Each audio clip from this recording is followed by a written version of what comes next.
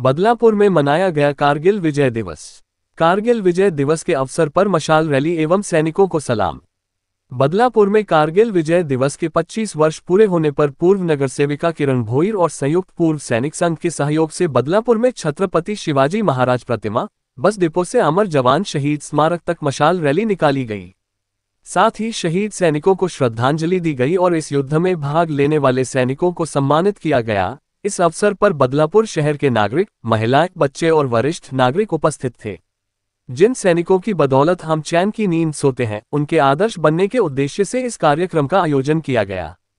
ये बात आयोजक किरण भोईर ने कही। खरं तर 26 जुलै 1999 हा दिवस म्हणजे सुवर्ण अक्षरात लिहिला जाईल असा हा दिवस आहे। त्याला विशेष म्हणजे असं की भारत पाकिस्तान ज्यावेळेस युद्ध झालं होतं, म्हणजे पाकिस्तानने गद्दारी करून त्याने कारगिलवर आपल्या देशातील काही प्रांत त्या ठिकाणी त्याच्यावर कब्जा केला होता आणि त्याच्यावर या दिवशी भारतीय लष्कराने विजय संपादित केला होता आणि या दिवशी अनेक सारे सैनिक आपले शहीद झाले, त्यांनी बलिदान दिलं।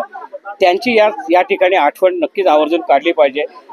त्याच निमित्ताने आम्ही या ठिकाणी अमर जवान शहीद स्मारक या ठिकाणी आम्ही त्यांच्या या स्मारक समोर आम्ही त्यांना श्रद्धांजली अर्पण केलेली आहे। विशेष म्हणजे आजच्या दिवशी छत्रपती शिवाजी महाराज यांचा या ठिकाणी पुतळा आहे बस डेपोच्या इथे, तिथून मशाल ज्योत या ठिकाणी माजी सैनिक असतील, ज्येष्ठ नागरिक आहे, महिला आहे, यांच्या उपस्थितीमध्ये मशाल ज्योत या ठिकाणी काढली होती। नागरिकांमध्ये जनजागृती व्हावी या आजच्या दिवशी हे याचं विशेष महत्त्व आहे।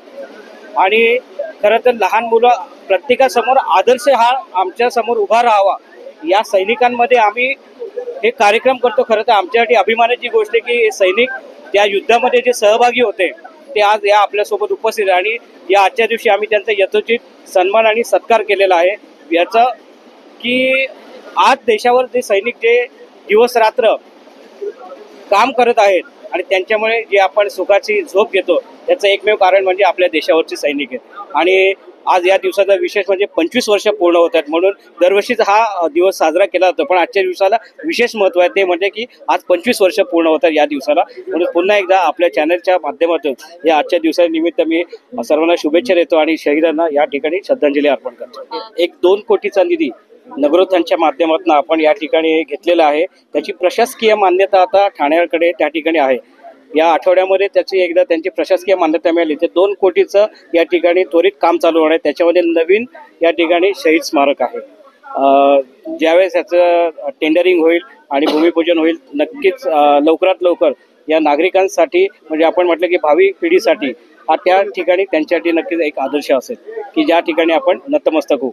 एक माजी सैनिक असल्यामुळे प्रथम मी सगळ्यांना सॅल्यूट करतो। आणि आता आपण प्रश्न विचारल्याप्रमाणे मी सैन्यात भरती झालो 7 एप्रिल 1971ला आणि मी रिटायर झालो 1 मे 1991।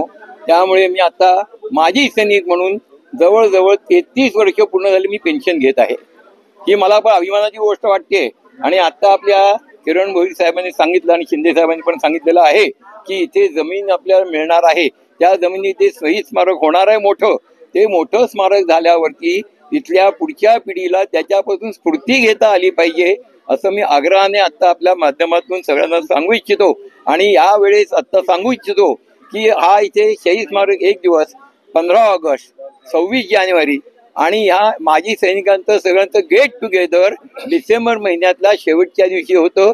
तेव्हा सगळ्या फॅमिली आणि किरण भोईर साहेब आणि आमदार खासदार पण तेव्हा येतात, तेव्हा आपणही अवश्य यावं ही मी तुम्हाला आता आमच्या एक सर्व्हिस असोसिएशनतर्फे तुम्हाला आग्रहाची विनंती करतो आणि ही मी माझी आता भाषण संपवतो। जय हिंद, जय महाराष्ट्र। अगर आपके आसपास कोई भी घटना घटती है तो अपने मोबाइल पर कैद करें और हमारे व्हाट्सएप नंबर 9021 499 607 पर भेजें या हमें इस मोबाइल नंबर पर यानी कि 9021 499 607 पर कॉल करें।